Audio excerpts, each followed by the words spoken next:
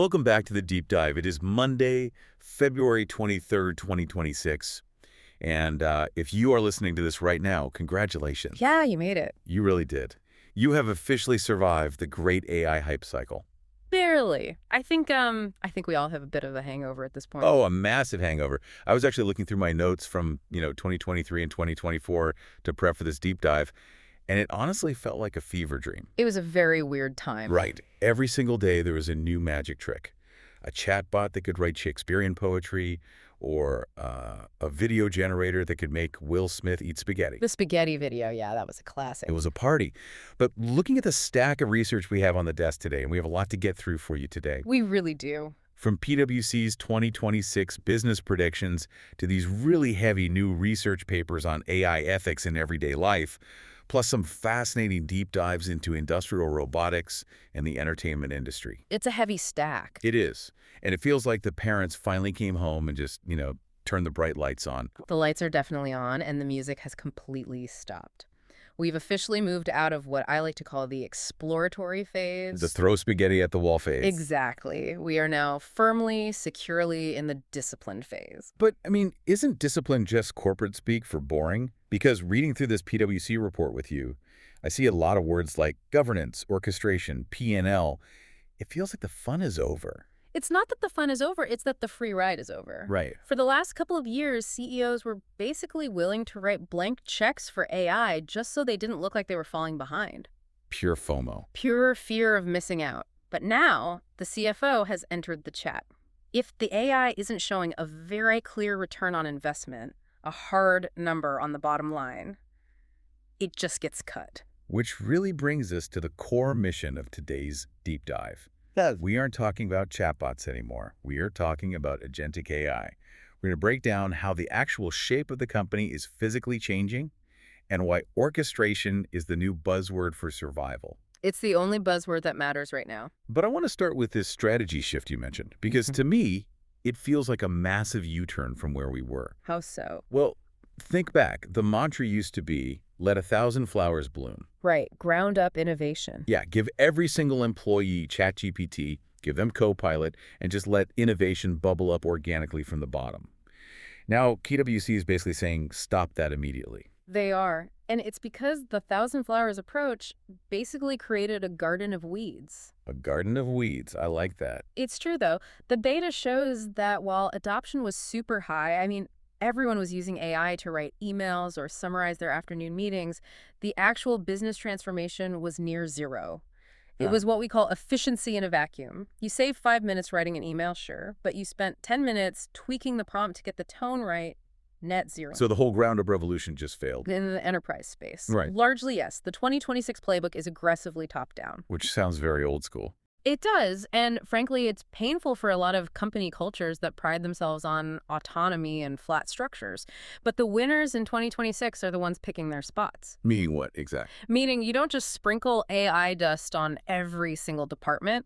You find the 3 or 4 core workflows that actually drive revenue, and you rebuild them completely from the ground up. And this is where the sources introduce the concept of the AI studio. Right. Instead of every rogue department manager buying their own SaaS tools on a corporate credit card, you have a centralized AI studio. Okay. It's a hub. It provides the frameworks, the testing sandboxes, the security protocols. Everything runs through it.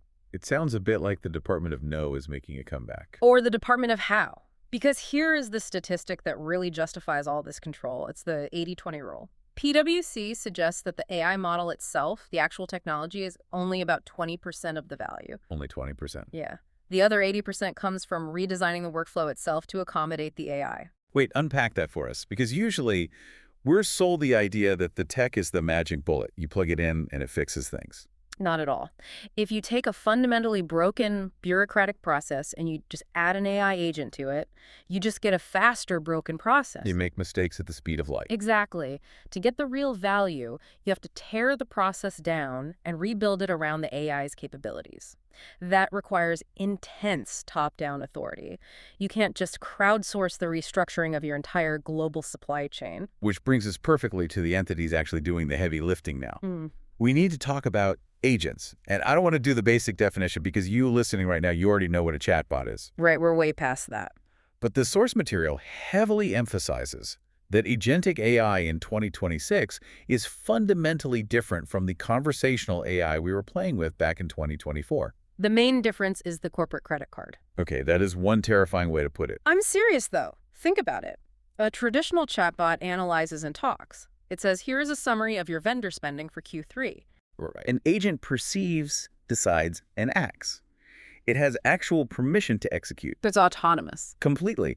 It perceives a supply chain disruption in real time, decides to reroute a shipment to avoid a storm, and acts by logging into the ERP system and physically paying the new vendor for the route. That is the part that gives me anxiety. Because we all know chatbots hallucinate. The idea of a hallucinating robot spending my Q3 budget is a literal nightmare. And that is exactly why we have the orchestration buzzword dominating right now. When you have dozens of agents that can execute real financial transactions, you cannot rely on what the industry is calling vibe coding. Oh, I saw that term in the research, vibe coding. It sounds like something a teenager does on social media, not something happening in a Fortune 500 tech stack. It's such a great term, though. It's the idea that non-technical employees can create software just by describing the vibe or the intent to an AI. Like, hey, make me an app that tracks inventory and make it look sleek. Exactly. It's incredibly democratic and cool, but from an enterprise risk perspective, vibe coding is basically shadow IT on steroids. Because vibes don't really care about security compliance. Vibes don't have audit trails. Vibes don't encrypt customer data. If you have 50 different agents built on vibes running your accounts payable department, you are going to go to jail. So the orchestration layer is essentially the adult in the room coming in to clean up the toys. It's the industrialization of innovation. It takes all those user-generated, vibe-coded agents and forces them into a rigid system. Got it. You get drag-and-drop workflows, encrypted credential vaults, standardized guardrails. It allows leadership to say, okay, we love that you built an agent to track customer sentiment, but we are going to wrap it in a layer of strict governance so it doesn't accidentally insult a major client. It's so interesting because this new governance directly impacts the humans involved. The sources paint a really vivid physical picture of what the workforce looks like now. We always used to talk about the corporate pyramid, lots of juniors at the bottom, fewer managers in the middle, one CEO at the top. The pyramid is dead. Just gone. Completely. In 2026, we are looking at two very different shapes, depending entirely on the type of work you do. For knowledge work, so finance, coding, law, marketing, we are seeing the hourglass. A hollow middle. Exactly. Think about what a mid-level knowledge worker actually does all day. They don't set the big visionary strategy, and they aren't just fetching coffee. They process. Right. They take inputs and format them. They write the first draft of the legal brief. They code the specific software module. They reconcile the massive Excel spreadsheet. And that is exactly what the agent does now. Better, faster, and cheaper. So the entire middle layer is being aggressively automated away. You're left with a really wide base of AI-savvy junior employees who are just prompting and operating the tools, and a top layer of senior strategists. But the bridge between them is just gone. See, this is the part that genuinely keeps me up at night. I learned how to do my job by doing the grunt work. I learned how to write a brilliant strategy by writing really bad first drafts for 5 years. We all did. If the AI does the first draft now, how does the junior ever learn enough to become the senior? That is the crisis of apprenticeship. We are potentially burning the bridge to the future workforce. Companies are getting massive efficiency gains today, but they might wake up in 5 years and find that they have absolutely no one qualified to be a senior vice president because no one has done the reps. So knowledge work is an hourglass. But the PwC report also mentions a diamond shape for task-based work. That implies the middle is actually getting bigger. Yes, and this is fascinating. In physical or task-based work, think warehousing, logistics, manufacturing, even some retail, the bottom of the pyramid is being automated by physical robotics and agents.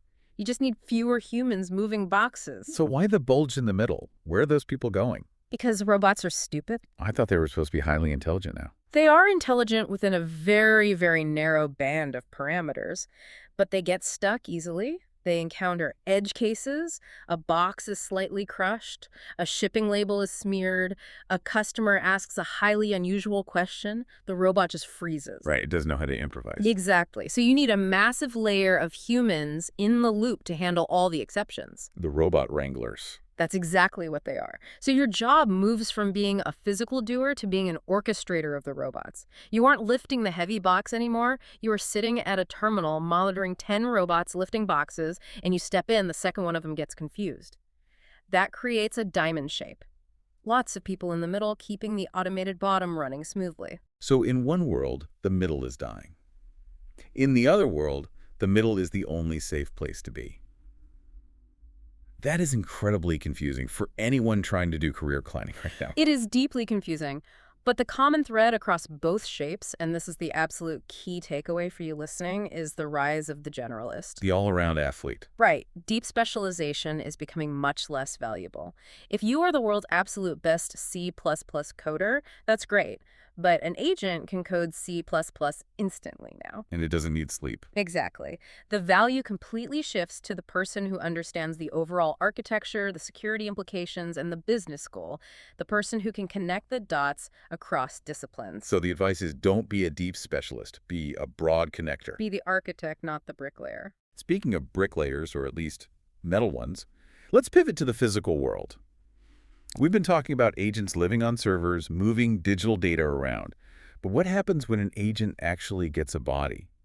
Because this deep dive into industrial robotics suggests the exact same orchestration shift is happening on the factory floor. It absolutely is. We are moving rapidly from reactive maintenance to predictive robotics. Which sounds a bit like Minority Report for machines. It's more like proprioception. Okay, big word. It's the body awareness that humans naturally have.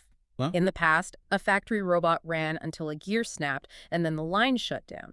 Now, because these agentic models are embedded in the hardware, the robot monitors its own physical wear and tear. Wow. It can essentially feel a micro vibration in a joint that suggests a bearing is going to fail next Tuesday. So it calls in sick before it actually breaks down. It literally schedules its own doctor's appointment. It pings the maintenance agent, orders the replacement part, and schedules the downtime for the graveyard shift so productivity isn't hit. That's incredible. And when you combine that with advanced machine vision, they are finally dealing with the messy reality of the physical world. That was always the big limitation before, right? Yeah. If the metal part wasn't in the exact millimeter perfect spot on the belt, the robot just smashed it or shut down. Correct. Old robots were essentially blind and rigid. New robots have cameras and AI agents that adjust their grip in real time. If a part comes down the line upside down, the robot sees it, flips it, and keeps going without pausing. It brings the adaptability of a human hand to the raw speed of a machine. Adapting to messiness really seems to be the overarching theme here. But there is one area we have to cover where messiness is actually the whole point. Creativity. Creativity, art, the movies. Ah, yes. The current battlefield. We have this fascinating ArcSviv paper dissecting the ethics of AI in film production. And it draws a really sharp academic line between two recent movies, The Brutalist and The Safe Zone. This comparison is brilliant because it finally gives us the vocabulary for the unease we all feel. It uses the specific terms embodiment versus alterity. Let's break that down for the listener, Hmm? starting with The Brutalist. Right, so in The Brutalist, the director used AI essentially as a high-powered tool. They fed it parameters to refine Hungarian dialogue to make it sound perfectly historically authentic. The AI was embodied in the human director's vision. It was just a fancy paintbrush. And no one gets mad at a paintbrush. Exactly. We accept tools. But then you look at case B, The Safe Zone. This was a short film written, directed, and completely generated by AI. The AI wasn't a tool in someone's hand. It was the auteur. The creator. Yes, the paper calls this alterity. It's treating the AI as an other, a separate autonomous entity that creates art on its own without human authorship. And that is exactly where the audience revolts. They do. Just look at the music industry example from the sources, the Velvet Sundown. Oh, the fake band. I have to admit, I actually listened to one of their tracks before I knew the whole story. It was, I mean, it was catchy, generic, sure, but really catchy. And they had 1 million monthly listeners on streaming. People liked the music. But the moment the investigative news broke that it was a fully AI-generated band, the backstory was fake, the images were generated, the vocals were synthetic, the cultural backlash was instant and brutal. Why, though? If you enjoyed the music yesterday, why do you suddenly hate it today? If it's good, why do we care? Because we aren't just consuming raw audio frequencies when we listen to music. We are consuming a perceived connection to a human experience. When you suddenly realize there is no human on the other end of that song, it feels like a trick. It feels hollow. Exactly. That alterity, that total separation from human experience, breaks the fundamental social contract of art. It also brings up a massive risk factor.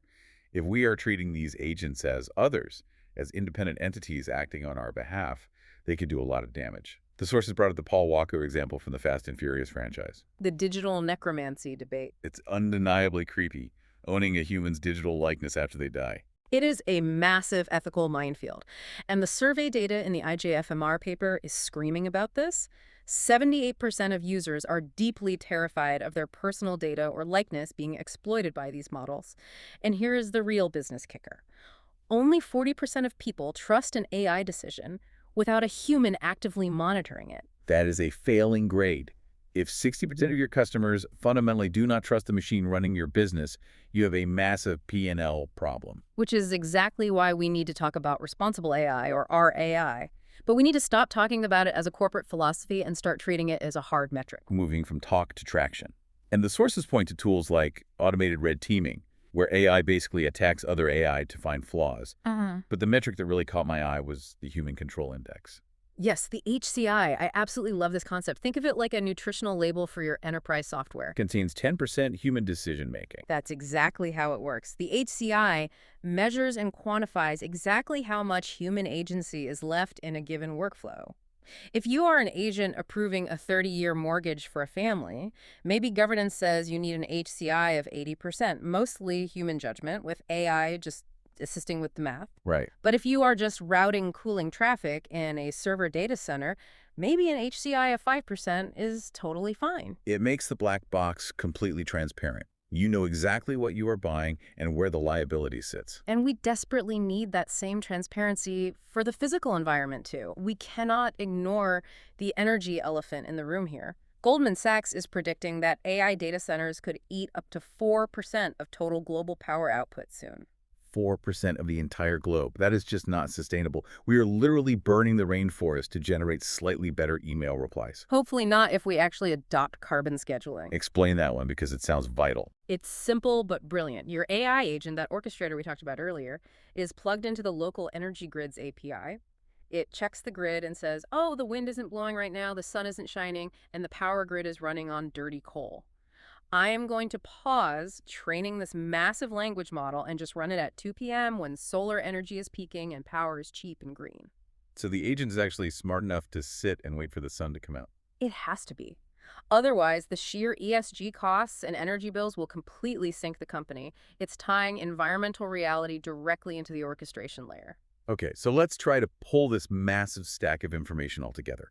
We have gone from the Wild West of 2024, where everyone was just vibe coding in the shadows, to this highly disciplined new world of top-down orchestration. We have companies reshaping themselves into hourglasses and diamonds. We have robots that can feel their own joints wearing out. And we have a desperate, immediate need to slap nutrition labels on our algorithms.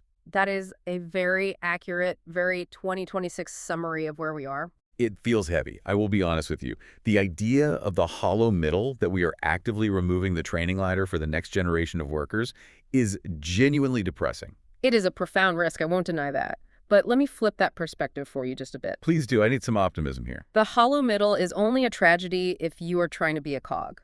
If your career goal is to just process work and keep your head down, yes, you are in deep trouble. But this agentic shift actually frees humans to do the one thing AI is fundamentally terrible at. Which is? Context, meaning Yes. strategy, the big so what of it all. The most successful and highly paid worker in 2026 isn't the one who writes the code the fastest. It's the orchestrator. It's a generalist. Right. It's the person who can look at the marketing agent, the supply chain agent, and the finance agent and realize, wait, you three are optimizing for completely different things and hurting the company. Here's the actual human mission we need to align on. So we basically stop being the players on the field and we start being the coaches. Precisely. We become the conductors. The technological orchestra we've built is huge and powerful and incredibly loud. But without a human conductor standing at the front, it is just noise. There's a much better way to look at it. Don't fear the robot. Manage the robot. And check its work. Yeah. Always, always check its work. Check the nutrition label. Yeah. We are definitely going to be talking about this Human Control Index a lot more in the coming months, I suspect. Oh, I guarantee it. Well, I want to leave you with a final thought to mull over today. If AI agents are fully handling the middle of our knowledge work and robotics are automating the bottom of our task work. Are we actually preparing the next generation to be these grand orchestrators? Or are we just leaving them standing at the bottom, staring up without a ladder to climb? Think about how your own company is training its juniors right now. Thanks for diving deep with us today. Go out there and orchestrate something. We will see you next time.